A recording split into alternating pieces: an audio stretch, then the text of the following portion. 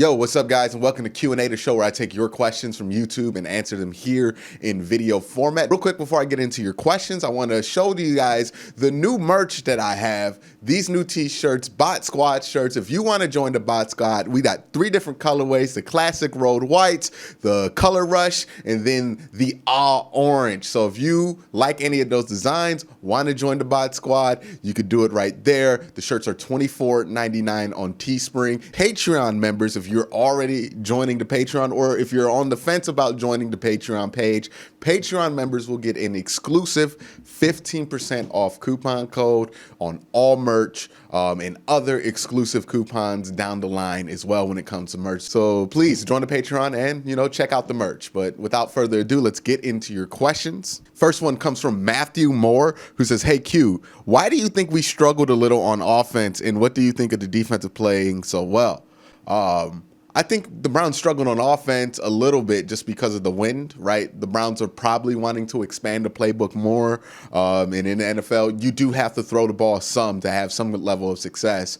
So I think that's part of it. Also, another part of it is that the wide receiver play just isn't at that high level. There aren't that many threats. There aren't people that people have to be afraid of. Jarvis Landry is somebody you have to keep tabs on, but he's not somebody who can wreck your game plan like an Odell Beckham. So losing that in the passing game is going to make you more one-dimensional. The good thing about the Browns is, one, I think Baker Mayfield's playing better. I think he's been playing at a higher level. I think if the wind wasn't there, he would have put up much better stats. But if you're just watching him play, I think you're liking what you see. You don't see Baker Mayfield, getting bad footwork into sacks a lot. Like, all those things are kind of not happening with him as much. So I do think that once this wind dies down, that he's going to start to have better games offensively, and I think it is kind of make up. But right now, I think it's wide receiver play in the win. The other part you asked about is the defensive play. I just think maybe Larry Ogunjobi got healthy, right? When he was good at the beginning of the season, hurt his abdominal, and came back early from that abdominal injury, and he was terrible for the next 3 or 4 games. He got the bye week off, and he was much better this week. Now, again, it's not like the Texans have a great interior defensive offensive line, but also the Raiders did not have a great offensive line, and they still dominated the Browns in that area, still dominated Larry Ogunjobi in that area. So it's not like the Browns have not been dominated on that side of the ball outside of Myles Garrett by bad offensive line. Cincinnati did this to us as well. So it is a good sign. I'd like to see it going forward. The biggest thing is Ronnie Harrison at the strong safety position. I think the Browns are doing a good job, and the personnel is stepping up in a way that you're closing that amount of space, closing that gap of things that you need Andrew Sadejo to be more responsible for. And the more you can have his role delegated to more of a role player, a spot starter, the better your defense is going to be, and the Browns are definitely trending in that direction. Next question comes from Pangas, who says, "Hey Q, if Baker has a bad day, do you think the 1-2 punch will help us against the Eagles going forward? Is this game a trap for you?"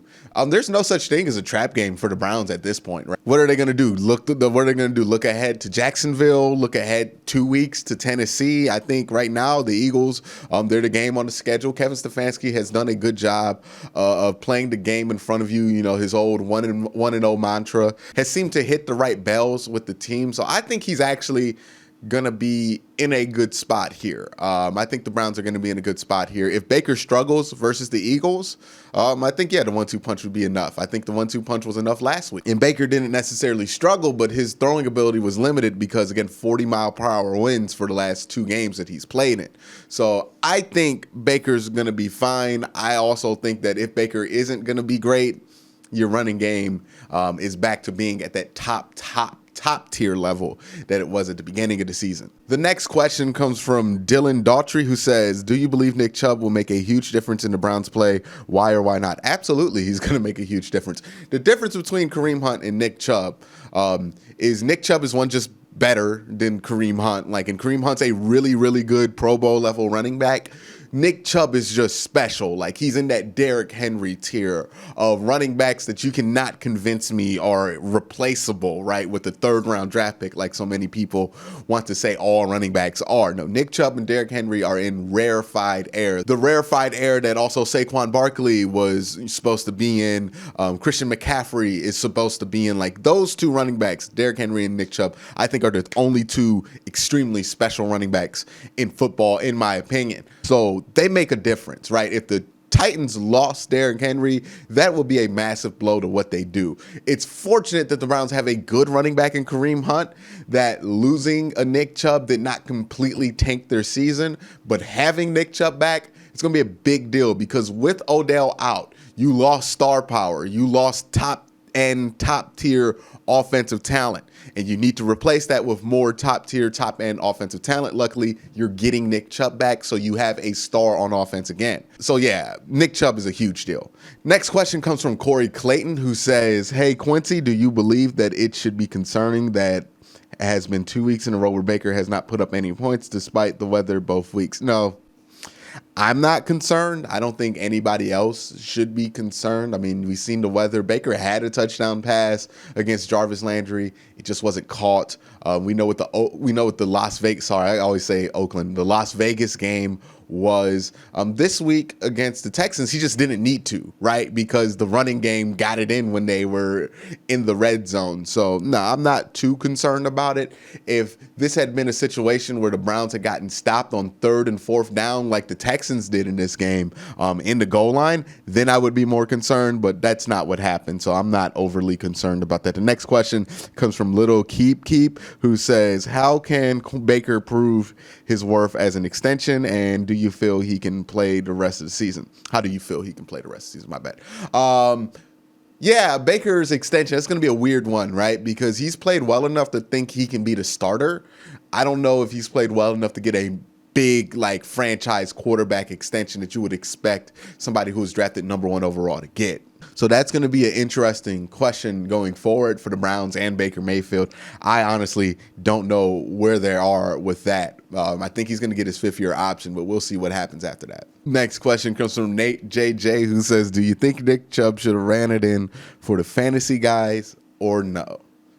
I mean, I would have just liked to see him run it in. Like, I know, I get it. I get why, like, that's like incredibly unselfish what he did there, right? And that's definitely the right thing to do. I'm gonna tell you right now, if that were me in that position, I'm running it in for big reasons and small reasons. The small reasons is, you know, it just feels good to score a touchdown. It feels good to be rewarded with the touchdown on one of those breakaway runs. But also, you know, he's a running back, and these numbers, you know, that touchdown, that could come back in a contract negotiation. Hopefully the Browns aren't petty and don't penalize him for stuff like that when it comes to the contract negotiation, and just lock him down long term. But, you know, small stuff like that can affect you in some long-term areas of the game. Nonetheless, it is the right thing to do, right? To make sure that you can end the game on a knee and not have to worry about giving the Texans the game ball back. And I think one of the things that kind of highlighted this situation to Nick Chubb in his mind was watching Todd Gurley accidentally score, and that absolutely costing the Falcons the game. Now, this is a different situation than that. You know, I believe the Falcons were only up by like 3 points when they scored. The Browns were going to be up 10 points if they would have scored, so it would have ultimately mattered a little bit less. But hey, you know, you got to take the 100% odds over the 99% odds, and you know, it's presence of mind for Nick Chubb to be able to do that. I haven't seen somebody do something like that. I remember Adrian Peterson used to be really savvy with how fast he would run on a breakaway run to like chew clock out at the end of it. I forget who it was. I think Brandon Marshall or somebody on the Denver Broncos used to run it in sideways to run off as much as clock before he scored. You know, it's the old Madden tricks, right? But yeah, if you had Nick Chubb on fantasy, I can understand how you're frustrated that he had that touchdown right there and just refused to give you life. The next question comes from Wolf Trainer 35 Sports, who says, hey Q, how much do you think Kareem will thrive due to Chubb's return? Also, how much of Johnson will we see in the upcoming weeks? Keep up the great work. I don't think you're going to see much of Dearness Johnson. Not because, well, you might see Dearness Johnson like in a kick return game because Donovan Peoples-Jones was awful in that area this week. But yeah, you're probably not going to see a ton of Dearness Johnson as a running back in the offense just because you don't have enough carries in the world to split between those three. And why would you want to do that if Nick Chubb and Kareem Hunt can be well rested and healthy in fourth quarters if they just split the load themselves? So I don't think that's going to be something you're going to see. But Kareem Hunt and Nick Chubb, they have this great symbiotic relationship where they're great individually. Nick Chubb is great individually. Kareem Hunt is very, very good individually. But together, they're almost unstoppable. And it's because tackling these two guys are just so difficult, right? It's not an easy thing for defenses to do. And as the game gets longer, as the game gets into the fourth quarter, this becomes a more difficult task. Guys are more tired. They don't want to chase things down. They don't want to wrap up all the way. They get more lazy with their technique and their footwork. Like, everybody has the best technique and footwork at the beginning of the game. They're hyped up. They're beating their chest because they stopped the run on 2 yards. But at the fourth quarter, that stuff stops. And that's where these guys thrive because they're hard enough to tackle when they're tired. But when they're both well rested, coming at you fresh, and it's a nonstop of fresh running backs that are at that level, that are that hard to tackle, coming at you, it's impossible to tackle in fourth quarters of football games unless you're impossibly deep on the defensive line. And no team's just that deep on the defensive line or linebacker room.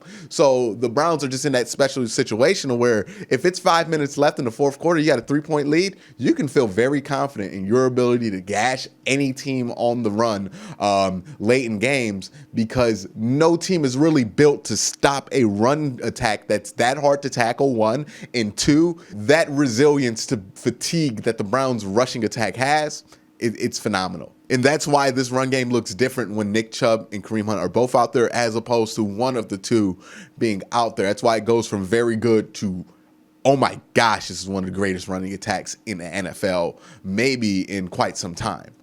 Next question comes from Andrew Van Meter, who says, besides Nick Chubb, the consensus MVP this week, who do you think is worthy of the game ball this week for their performance against the Texans? I say, hey, look, Nick Chubb's going to get a lot of the love because he plays offense and he had that one play where he stepped out, and he does deserve all that love. He came back from injury, but Myles Garrett was the MVP of this game, in my opinion. He made some key plays that made huge differences in this game. His sack, his TFLs, his presence on the defense. Look, this team does not win many games without Myles Garrett. I'm just going to say it right here. They're 6-3 right now. They would probably have 3 wins if it weren't for Myles Garrett. I think Myles Garrett is that important. I think Myles Garrett should run away with the defensive player of the year because there's no player in football that is more valuable to his team, more needed by his team than Myles Garrett in football on any side, well, on the defensive side of the ball.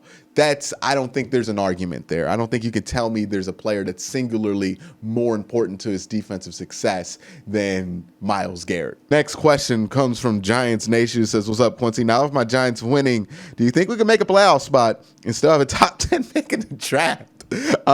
G-Man, is it possible? Is that possible? I think if you make the playoffs, you're automatically like given like no lower than the 15th pick or something like that. Like, you have to be in there with the grouping of the playoff teams. I don't think it strictly goes by record. Somebody correct me if I'm wrong in the comment section if that's the case, but they should not be able to make the playoffs and have a top 10 pick. It's broken if that happens. But the reality is it's very possible. I think, we thought it was silly when Seattle made it into the playoffs, was a 7-9 record. I think it's very possible you're going to see the NFL put a playoff team in a year, by the way, where 11-5 might get you the 7 seed, right? Like 11-5 in the AFC might get you the 7 seed. You're going to see the exact opposite of that craziness in 2020, with a 4-12 or 5-11 team making the playoffs, not just making the playoffs, having a home playoff game because division winners get home playoff games. That's what you're going to see in the NFL this year.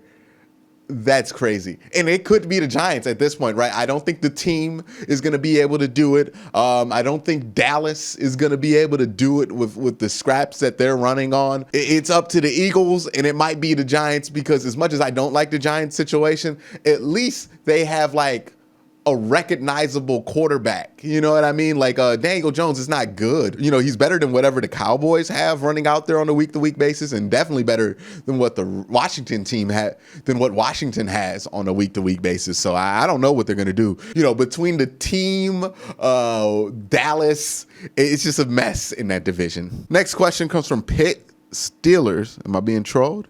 Who says, do you think people are just way too hard on Baker? I mean, whether he was just horrible, no QB, would ever have thrown for 300 yards in this kind of a game. So the weather was horrible, nobody would. Yeah, I think sometimes people will just catch themselves being hard on. They're just a group of people, man, that just want to be tough on Baker, right? They just don't want to be sold on Baker because Baker isn't an MVP candidate in their eyes, or not the guy that they would have drafted. Now, ironically, a lot of these guys are pushing for guys like Case Keenum, or wanted the Browns to draft Mitchell Trubisky, or even Josh Rosen. So take their opinions with a grain of salt there. But look, there are always going to be people, even if Baker Mayfield set the world on fire, that are going to be like, yeah, I don't know. It's all these other things. There are people who do it with Patrick Mahomes. There are people who still think everything that is special about Patrick Mahomes is Andy Reid, which is ridiculous in my opinion. So yeah, people are going to be tough on Baker, but I don't know. At this point, I'm be honest with you guys, I'm comfortable with Baker. I think Baker's the starting quarterback of this team for a very long time. I think that I like where he's at in his development. I like his possibility to grow into somebody who could be a game changer, and I like where he's at now. I'm fine with Baker being the long-term quarterback of this team. I like the build of this team right now as is, and I think it's built to support a younger quarterback in a old school style way, much like Big Ben was supported by great rushing attacks early in his career. So I like where the Browns are at. You know, everybody who wants to, the Browns are doing with Baker the same thing that the Steelers did with Ben, and I do think that's a good strategy. So yeah, I think Baker's fine. I'm comfortable with where he's at. I like where Baker's development has gone this season, and I think I'm more confident than I was at the start of the season that he's going to be the franchise quarterback of this team for a long time to go. But that's it for this week's Q&A. Thank you guys for asking the questions. Please, again, check out the merch, check out the Patreon, check out all of those things down in the description below. I would really appreciate it if you support those things. But again, guys, thank you for watching. Have a great day. Have a good night.